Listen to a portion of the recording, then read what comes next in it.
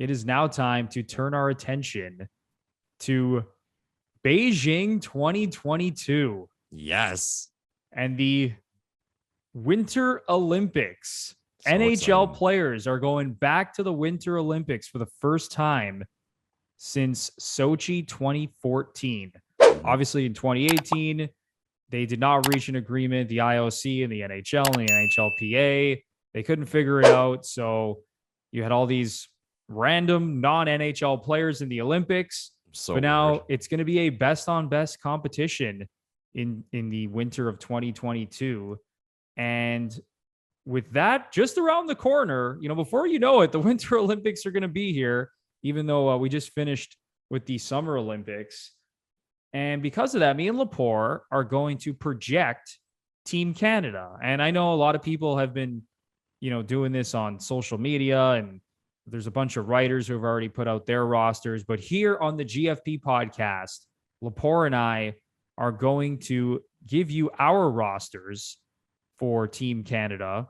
I should say, way too early rosters because, we still have to see how this season plays out. And there's certain players who could take a leap and make the team who people kind of weren't thinking about. And then there's players who maybe we think right now are going to be on the team. And if they get off to a slow start, they could drop out of consideration, or they could get injured and that could change things. But Lepore, let's go through our rosters right now and see kind of how they stack up and maybe some of the similar players that we have. And I'm sure we have some different players going through both of our rosters. I have not seen your roster yet, and Lepore has not seen my roster. So this is the first time we're comparing notes here. Yeah, so everyone who's watching, take the bet on who you think's roster is better. Yeah. Comment down below. That'll be something fun. Comment down below with whose roster would win in a head-to-head. Yeah. All right, Lepore. So you want to start things off? Okay, how about we do it in tiers of guys who are probably the most obvious, and then we'll move our way down. I'll just fire out names, and you say if you have that guy or those guys. Okay. Okay. So we'll start with forwards, I guess. So at the top, we have Sidney Crosby from Cole Harbour, Nova Scotia. We have Connor McDavid and Nathan McKinnon. All three stone locks. Yeah, there's no universe where any of these three guys is not on this team. Yeah, in Beijing. There's no chance. They're all making the team stone locks. Easy peasy there. Okay, so moving a little down, and in no particular order, just how I listed them. I have Brad Marchand, I have Patrice Bergeron, and I have Mitch Marner. And you know what? I have all three of those guys as well. And Lepore, let's go. This might be a little spicy, but I also think all three of those guys are locks. You think? And I know Bruins fans would go nuts, but Bergeron's one I could see depending on how his season's going. There's a lot of miles on those legs. We all love him, and if he's healthy and playing well, he'll be on the team. But that could be a guy maybe subbed out. I think Marchand and Marner are locks. Yeah, Marchand and Marner I think are for sure on the team. But you just go back and you look at how Crosby, Marchand, and Bergeron, that line going back to the World Juniors, playing in the Olympics, playing at the World Cup, those three have been so good together, and just the versatility of Bergeron. I mean, he just does it all. That's a guy that I would love to have on my team. So I'm going to say all three of those are locks, barring Bergeron, barring an injury or him just completely falling off the cliff because of the age curve. But remember how good Marchand and Crosby were in the World Cup together? Oh, there's always the thing of who can play with Crosby. Apparently he's because he's so good, he's hard to play with. But Marchand was incredible with him. What a duo. They were so good together. Yeah. Okay, so the next three I'll fire out, and maybe this is where we'll get some debate. At least hopefully we get some debate, or else this is gonna be really boring. I have Scheifele, I have Huberdeau, and I have Braden Point. So two of those guys I have on my team. I should say locked into my top 12 forwards. I'm going to guess it. Can I guess who they are? So you want to, so guess who the two of those three are that I have locked in. Well, I'm going to guess the one you don't have, because I kind of debated on this one, but I'm like, would they really leave him out? The one I could see maybe not making it is Scheifele. Bingo. Is that the one you don't have? Okay. Yes. So Scheifele right now, though, he's my 13th forward. So I still Okay. have him making the team, Okay. but I think he's kind of that odd man out. Just looking at, your top four lines and looking at all the combinations. Right now, I have him slotted in as the 13th forward. And I Yeah. have Huberdeau and Point. Actually, I have both Huberdeau and Point penciled into my top six. Nice. I guess like Shifley's one of those guys, like obviously great player. Remember, we're making a Team Canada here where you get, when people forget, it's not the 13 best forwards, like you're building a team. So for like what Shifley provides, you have McDavid and McKinnon and Crosby, like you have that type of talent. So I think that's not a shot or insult at Shifley. It's just saying that's maybe where he can get pushed out for a player who maybe has like a specific role in the lineup, like a penalty killer or like something like that. So yeah, and I know there's like, you could basically take like 10 centermen on this team. I mean, hell, you could take 12 centermen and just play them all on the wing. Like these yeah, guys are all that talented. I think in 02, like in 02, they were like all centers. It was like almost all the forwards were centermen. Yeah, so that's the thing. Like you can't just look at this and be like, oh, this guy's, he's a centerman and I have too many centers. With Shifley, yes, that's a little bit of a factor because when you look at Canada's center depth, you're like, oh my God, this is disgusting. But I just think Shifley, even like talent wise, compared to maybe some of the other guys on this team, is he's kind of one of those bubble guys. So, but anyway, you can make a case for Shifley being on the team, not being on the team. It's hard to, it's kind of 50-50 really. Sure. So how do you want to do it then? Like we'll keep moving down and then we'll see who we have left over who wasn't said then. Yeah, let's do that. Okay, so my next three, I have Barzal, I have O'Reilly, and I have Mark Stone. Lepore, I have all three guys on my roster. There you go. Unfortunately, because I know you want things to get a little spicy here and for us to disagree, but man, it's really, really hard to disagree with those three guys. And actually, I have Barzal penciled into my top six. Again, look at you. And he's one of those guys who I think, I've seen some rosters out there putting Barzal as the 13th forward, or even as like the extra forward, like the 14th. Like he's like one of those bubble guys, but honestly, I have him penciled into my top six, playing either with McDavid or McKinnon, because I think he's just one of the most electric players in the league. Just the way that he skates and the way he moves around the ice. It's insane. Okay. So then I'll just name my my 13th forward then. Okay. 13th forward I have is Couturier from the Flyers, who I think's I don't know if I want to call like Couturier an underrated player. He's one of those guys who was like underrated at one point, but now you look at him and you're like, wow, what a player. The advanced stats guys love him. And yeah, he's I have him. And again, like not as like the 13th forward, just kind of 13th on my list, like where they would slot him. I don't know. So yeah, you got him or no? No, so Couturier, Yes. so he's the guy I don't have on my team. And I know there's been a lot of people that have him slotted in because he's an amazing two-way player. He's one of those guys who can win the Selke trophy every year. And now call me a homer, Lepore. So we're different here. And I think you know who I'm going to mention. I was going to ask, my next question was going to, like, I've pictured the discussion going this way. If it's going where I think it's going to go. It's going exactly where you think it's going. Yeah, let's hear it, Bruno. I have John Tavares. Of course you do. On the fourth line. There you go. And the way I look at it, and I know Couturier has taken his offensive game to the next level, especially over the last 3 seasons. But the way I look at it is that I think John Tavares is a better offensive player than Sean Couturier. I'll just go ahead and say, I just think he's a better player than Sean Couturier, just across the board. And that's why I'd rather have John Tavares, who I know is responsible.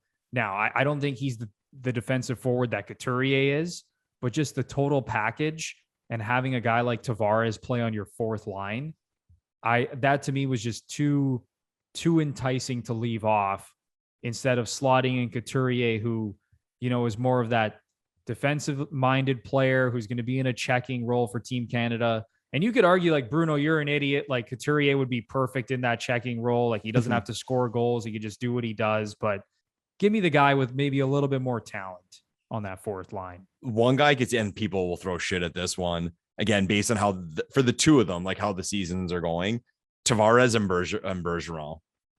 I could see, like, if it's not one, it's the other. Like, is it like older, the experience? That makes sense. Like I could see that happening. Like both healthy at 100, I'd probably take Bergeron. But just saying, like, and people forget, man, like Tavares is 2 years removed from like a 47 goal a year. So we'll see how this season starts for him, and we'll see who starts the season on fire. But yeah, one more. There's one more that you have that I didn't have. I'm trying to think who it might be here. Because you didn't have Scheif. You didn't have. Oh no, I have Ryan O'Reilly on the team. You said O'Reilly. Sorry. You said you had Couturier as the 13th forward. No. So I have Couturier off the team. Oh, I have Scheifele as the 13th forward. Oh, I'm confused. Okay. And I have O'Reilly slotted in as my number 4 center. So the only difference we have is Scheifele and Tavares. Yeah. That's it. Yeah. Pretty stacked lineup. Pretty stacked lineup when you're debating over guys like that. Yeah, it's just an insane lineup. And even looking at my centerman, so I know a lot of people have, and again, I've seen a ton of Team Canada lineups out there. I've been seeing a lot of McDavid and McKinnon on the same line. Oh, fast. And I really like the idea of that, but I took a little bit more of a balanced approach. So my 4 centers are, I have McDavid as the 1C, McKinnon as the number 2 center. Then I have that Crosby, Bergeron, Marchand line as the 3rd line. Mm-hmm. And then my 4th line center is Ryan O'Reilly between John Tavares and Mark Stone. So that was kind of my thought process going through this roster. So I'm going to fire out some names because, of course, like I went online, I saw like, you know, some teams that were made like the day the announcement was made, like TSN Sportsnet made teams. Mm-hmm. Like Craig Button as an example. I saw one, like, I don't know what some people are thinking, and watch this comment bite me in the ass. Like one of the websites is I had Stamkos, and I was like, oh, like, no, now you're going over name. You're picking names, you're not picking performance. But Craig Button had Bo Horvat, Yanni Gord, and Nick Suzuki, like at the bottom of his spot. Like, my response to him would be like, who the hell are you leaving off this roster? Yeah. If you're putting those, and again, Suzuki could take the next step. You know, first half of the season, he could go nuts and maybe he plays his way onto the team. But based on the guys that we both have on our rosters right now, and it's pretty similar, I just don't know how, even like Yanni Gord. Yeah. I get it. Like, really good player, but Yanni Gord, you're going to put on this team over some of these other guys? Are you kidding me? Yeah, it's a tough one. Yeah. I mean, and then Suzuki, it's like, yeah, if the kid explodes, like maybe, but that's got to happen and explode to the point where, again, like to your point, you have to knock one of these guys off. And even, for example, like the guys at the top, like it sounds weird, but like if Crosby's having a bad year for his standard, he's still on the team. Yeah. Like you're not even like, or McKinnon, whatever, even like an injury. No, these guys are still on the team, like regardless of what happens. So yeah. And even like say like an O'Reilly, like people might circle that one as like one that could go either way, but we know Canada likes to pick like their guys, like the guys who've played for Canada before. So like just sticking to what they know and the safe guys, and O'Reilly's a great 2-way player. So yeah, with the guys I think O'Reilly, I don't want to call him a lock, but I think he's kind of close to it. I was looking at O'Reilly and Couturier kind of in the same light. And I'm like, okay, if you had to pick one of them, who would you rather have? And to me, it was O'Reilly. And again, you could have both of them on the team, but I just think O'Reilly, I mean, he's won a cup. I think he's a better player than Couturier. They're offensively, you could say maybe, I think O'Reilly's a little bit better offensively, but I just, if I had to pick one of those two guys, O'Reilly's my guy. Okay. So shall we move to the D? Let's do the D core. Let's do the D. So we'll go 2 at a time for this one. Okay. So I have, I'll say 2. Hamilton. I know you have Hamilton and Pietrangelo. I have the 2D at the top. Yeah, I have both of those guys penciled in. I would, even if one of those guys gets off to a slow start, I think I'd still have both of them on this Team Canada roster. Okay, next 2, I have Cale Makar, and I have Theodore from your Las Vegas Golden Knights. I think both of those guys are locks. Locks. You think Theodore's a lock? I think Theodore's a lock. And Okay. The way that I kind of broke this down was, you know, left-handed D, right-handed D. And I know going back to the Mike Babcock days, how he stressed this. I need a left-handed guy on the left side and a right-handed guy on the right side, you know, and I know this has kind of taken over the National Hockey League to a certain extent where teams have become so fixated on, perfectly setting up their D that way. Like, God forbid you have a left-handed shot defenseman playing the right side. God forbid. Seems like TJ Brody is like the only guy in the NHL who does this. But yeah, so that's why I think just looking at the left-handed D, I think Theodore is probably a lock. And yeah, and Cale Makar, I mean, the guy's just an absolute stud. He's a stone lock to be on this roster. Nice. Hopefully we might have some like debate here. At least I hope we do. Okay. So now moving down, I have Jacob Chikrin. Okay. And I have, this is my surprise one. And call me a homer because my whole thing with the Minnesota Wild. I picked Jared Spurgeon. Small, feisty guy, fast as hell, shoots right. Spurgeon. I got him. Okay. I don't have either of those guys. Yes, I love it. On my team. Also, Lepore, I think Chikrin is American. He's born in Boca Raton, Florida. Yeah. This is funny you mention it because like I was going back. He's born in Boca Raton, Florida, but he's Canadian. Okay. Yeah, like I saw you like Craig Button put him on his team Canada. Like when I was going through them. Okay. Does he have like dual citizenship? I think he's got dual. Yeah, I saw him. Okay. I'm like, he's born in Boca Raton. Like I thought, and I was like, I thought he's Canadian. And yeah, because I thought he was Canadian too. I don't know what triggered in my head to be like, wait, isn't he American? But yeah, okay. So you have Chikrin, and listen, Chikrin is like, man, after what he did last season, he's a stud. But he put himself on the map. That dude was unreal for the Coyotes last season. But Lepore, I mean, people are going to call me the biggest homer here. You know who I'm about to say is on again, this team. Bruno. So I have Morgan Riley on this team. Did we not say we didn't want him to have the leverage at the negotiating table, Bruno? Like you're influencing people here. I know. What am I doing? The Team Canada brass is listening. What are you doing? Oh, God. But yeah, no, I got Morgan Riley. And again, this kind of came down to the whole left hand, right hand thing. And now listen, this could be totally thrown in the blender. And maybe this coaching staff doesn't give a crap about, who's a left-handed shot, who's a right-handed shot. But when I was going down kind of the left-handed shooting D-men, you have Morgan Riley, Darnell Nurse, and Thomas Chabot kind of in that next tier. And obviously Jacob Chikrin, who Lepore mentioned. But those are like the best left-handed Canadian D. So to me, I actually have Riley on the team. Okay. And then this was really close because I've been very critical of this player.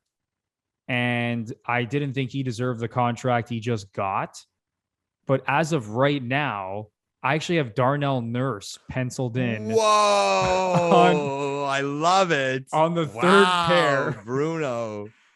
Man, the Oilers fans listening to our pod are just like giving you some hugs right now after all the garbage you've thrown at Darnell Nurse. I love it. I can win back some of these Oilers fans. But this was close for me because I was kind of debating between Chabot and Nurse. Like, listen, I'm a big Morgan Riley guy.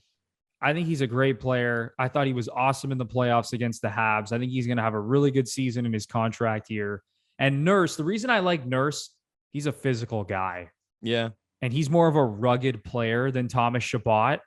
And I just thought for the makeup of the team, like, sure, you could say like Chabot is more talented than Darnell Nurse, but just some of the other things that Nurse brings to the table, I think would be valuable on this Team Canada roster. So that's kind of why I have him penciled in my bottom pair. Yeah, see, I picked Chabot. Okay. I have Chabot. So like my 7 are Pietrangelo, Hamilton, Makar, Theodore, Chabot, Chikrin, Spurgeon. That's really nice. Yes, but then so you don't have Chikrin or Spurgeon, and you put in Riley, and so you didn't have Chabot.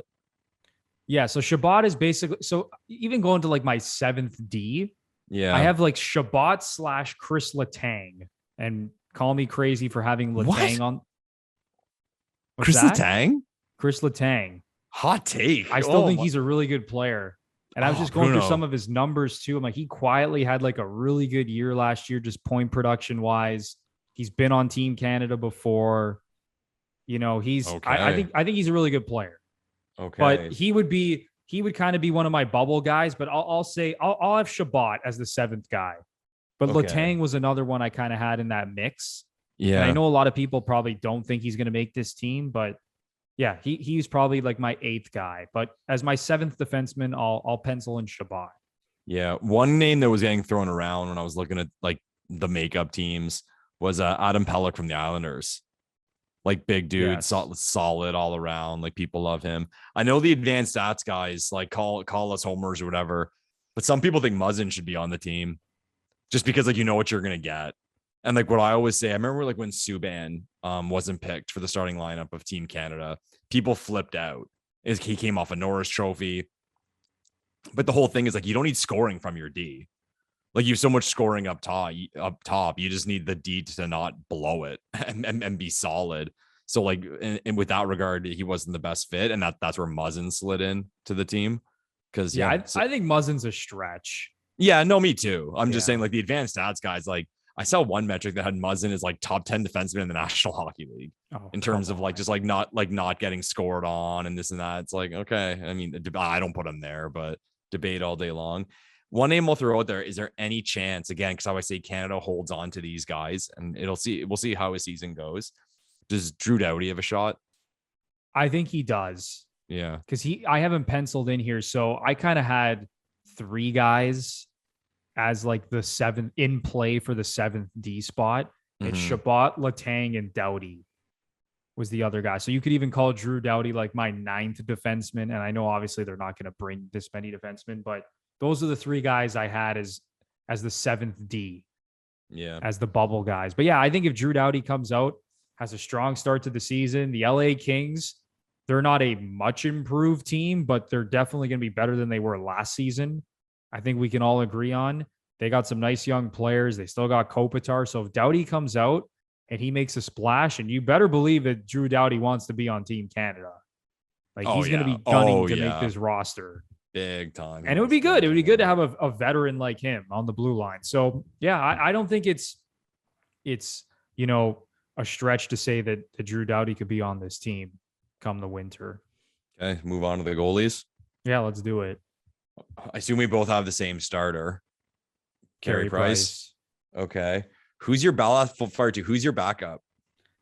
This was tough. Lepore, I think the goaltending situation is the weakest position on this team. Weak as it's been in a long time, man. Like, dude, think of 02. That Waugh stayed at home. Like he was picked and he stayed at home. They had Broder, Joseph, and Belfour. Insane. So like Belfour wouldn't have been on the team had Waugh like decided to go. All Hall of Famers. All Hall of Famers. Like different now. It's just, or I should say, well, Cujo is hopefully going to be a Hall of Famer.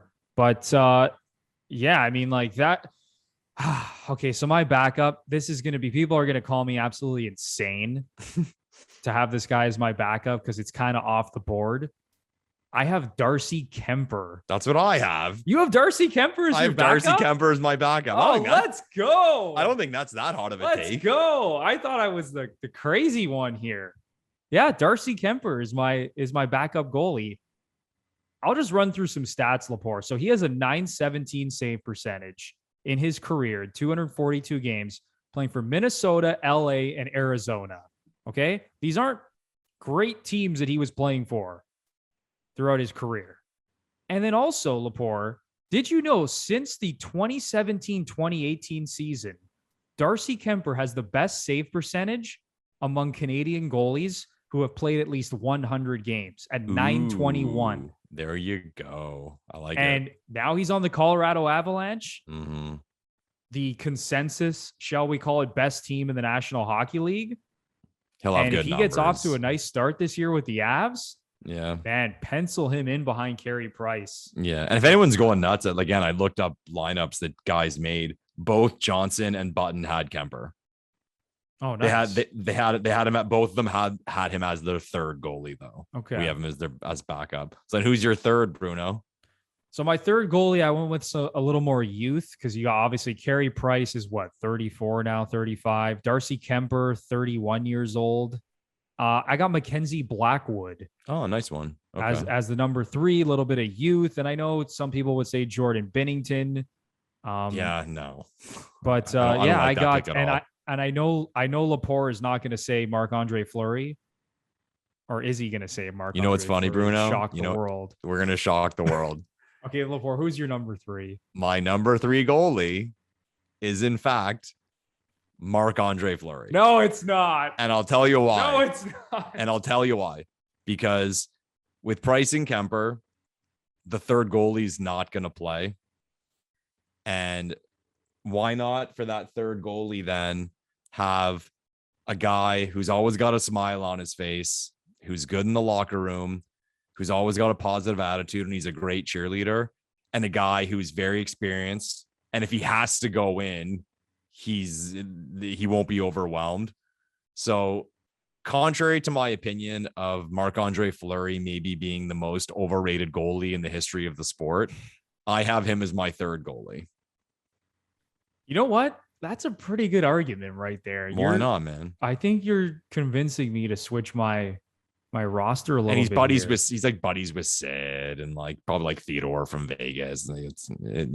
Fleury wouldn't be a bad pick for the third goalie. Yeah, so you're taking like the team chemistry angle. Yeah, Marc-Andre Fleury being that cheerleader in the guy at dinner who's breaking balls and putting a smile on everyone's face. I think that's where Doughty falls into it, because like you ever see social media stuff with Doughty, it's hilarious with the Kings. Like guys just like him around. Yeah, and that's important, right? Because big like time. You said, all 3 of these goalies are obviously not going to play in crunch time. I mean, throughout the round robin, maybe the third goalie will get into a game. I doubt it, but you're going to be rolling with your top 2 guys. And then once, your last preliminary game round game happens, like you're essentially locked into your starter once you're heading into the quarterfinals. Right. So, and we're all assuming it's going to be Carey Price, because again, even though Carey Price, the last 3 regular seasons, his numbers have not been good by any means. What he's done in the playoffs when it's mattered, especially the last couple of seasons, has definitely vaulted him back to that number 1 status. Because if you take out the last 2 postseasons, Lepore, and we were making this roster, I think Carey Price, like, I don't want to say he wouldn't be on the team, but a lot of people would probably be viewing him as like the number 2 or number 3. Yeah, or arguing he's just there because of his name and you're going on him, which is a huge mistake. That was the mistake Canada made in Torino. Yeah. They went on names and guys who had won before and age instead of going with who were actually the guys playing the best hockey. Yeah, wasn't Dwayne Rollison on that team? On 2010? Or 20, I'm thinking 06. I'm sorry. 2010 was Vancouver. Yeah. 06 was Torino. He may have been, like, I know Brodeur was the starter. I remember him getting like just not looking. And I remember, it was Brodeur, Luongo. Maybe Rollison was the third. Was the third guy. Yeah, that team they were a disaster. Didn't they finish like 7th or 8th? Yeah, what happened with that team is I remember like in the Olympics and the World Cup, like everyone pumped the tires of like the heart and character and like how Canada was like had size, but they went there and it was like in that 2-year gap. And it was weird because there was the lockout too, right? So a lot of those guys who got put on that team just on the big ice, like they were too slow. Like Canada looked bad. Like I remember like watching games, like how bad, like Brian McCabe was on that team, man. Oh God. Like I remember like LeCavalier not looking good. Did they not even like bring, I'm having like a brain fart because I try to forget about that team. I think they even brought like Bertuzzi. Yeah. Bertuzzi was on the team. I want to say even Ryan Smith was on the team. Yeah. Were Maltby and Draper on that team? Yes. I think those Detroit guys were on the team because they were on the World Cup team together and like they played really well. And so like they brought them again and it was like right away you knew like no. Yeah. Like this is a disaster. Yeah. Like that was not, and even too like Sakic and Iginla were like a little older and it was just like it wasn't good. I think the big story that year too was like I think it was Paul Correa and Mark Savard were like 2 of the highest scoring Canadian players that year, like going into the Olympics, and they left them both off. Like they were having incredible seasons because they just went with like what worked at the World Cup and they got humiliated. It was horrible. Yeah, I think Canada has definitely learned its lesson when it comes to team building for these events, where when in doubt, for the most part, just take the better player. Yeah. Instead of trying to think too hard about, okay, we got to build the best team. Like we can't have Sidney Crosby playing in a third line role or whatever. It's like, that's a bad example. We can't have 11 centermen. Yeah. Like this is not good. We can't have all these like quote unquote like high skill power play guys, but those guys are always the best players. those guys can kill penalties. The Yeah. centerman can play on the wing. And even with the D, I know I was kind of being a little, I was being a little anal with the whole like left-handed, right-handed guy. But who knows? You could have like 5 right-handed defensemen in your top 6. Yeah. Depending on how Canada wants to do this. So yeah, it's when in doubt, don't galaxy brain it. Just take the better player. And I think going back over the last 2 Olympics, or I should say 2010 and 2014, I think Canada definitely learned its lesson. Yeah. Well, if it would have been 2014. Remember they brought Kunitz? Like that was a big talking point. Because again, the whole thing is like who can play with Sid, and they brought Kunitz, and it was like hotly debated because like Claude Giroux didn't make it. Yes, that's right. Was the big thing, or did he get like brought later? Was that it? Like was he one of the guys added? Yeah, I later? think he was brought in later because wasn't it Tavares who had like a leg injury, or maybe that was for the World Cup. Yeah, Stamkos too. One of the tournaments. I'm getting these all mixed up. Like had a really bad injury. Yeah, Stamkos so those guys play. may have been brought in as like injury replacements. Yeah, because even like St. Louis, wasn't the whole thing with St. Louis like he wasn't picked by Yzerman? Yes, and then like I think they did bring him once like someone got hurt, so it was like all awkward, and then he demanded the trade. And yeah, I just think in this situation, like the only like, well, there's like 2 pairs of line mates. Obviously, you have like Marchand and Bergeron, or teammates, I should say. And then if you want to have Tavares and Marner, that's kind of like the only situation I'm seeing here. And then on the blue line, Theodore and Pietrangelo of the Vegas Golden Knights. But other than that, yeah, I don't see Canada kind of like being like, oh, we got to bring this like C-level player because he plays with Sidney Crosby, so we got to have him on the team again this year. Right.